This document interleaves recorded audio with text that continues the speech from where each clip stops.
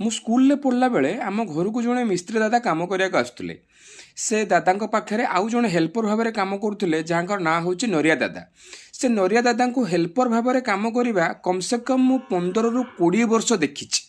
ତ ଏ 15ରୁ 20 ବର୍ଷ ପର୍ଯ୍ୟନ୍ତ ହେଲ୍ପର ଭାବରେ କାମ କରିବା ଏବଂ ହେଲ୍ପରରୁ ନିଜକୁ ମିସ୍ତ୍ରୀ ଯାକେ ନ ନେବା, ଏଇଟା ଆନୁଗତ୍ୟ କୌଣସି ପରିସ୍ଥିତିରେ ବି ନୁହେଁ।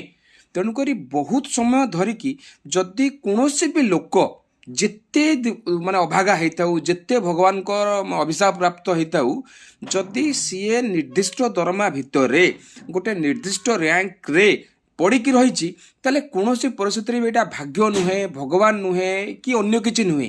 ଏ ନିଶ୍ଚିତ ଭାବରେ ମୂର୍ଖାମି, ଅଳସୁଆମୀ କିମ୍ବା ଏଇଭଳି କିଛି ଜିନିଷ ହେଇପାରେ। ତେଣୁକରି ଚିନ୍ତା କରିବାକୁ ପଡ଼ିବ, ଯଦି ଆମେ ଗୋଟେ ନିର୍ଦ୍ଦିଷ୍ଟ 5,000, 7,000 କି 8,000 ଟଙ୍କା ଭିତରେ ଲାଷ୍ଟ 10 ବର୍ଷ 15 ବର୍ଷ ହେଲା ଆମେ ଚଳୁଛେ, ତାହେଲେ କେଉଁଠି ନା କେଉଁଠି ରେସ୍ପନ୍ସିବିଲିଟି ଆମକୁ ନେବାକୁ ପଡ଼ିବ ଯେ ବୋଧ ହୁଏ ଆମେ ନେକ୍ସଟ ଲେଭେଲକୁ ଯିବାକୁ ଚାହିଁନେ।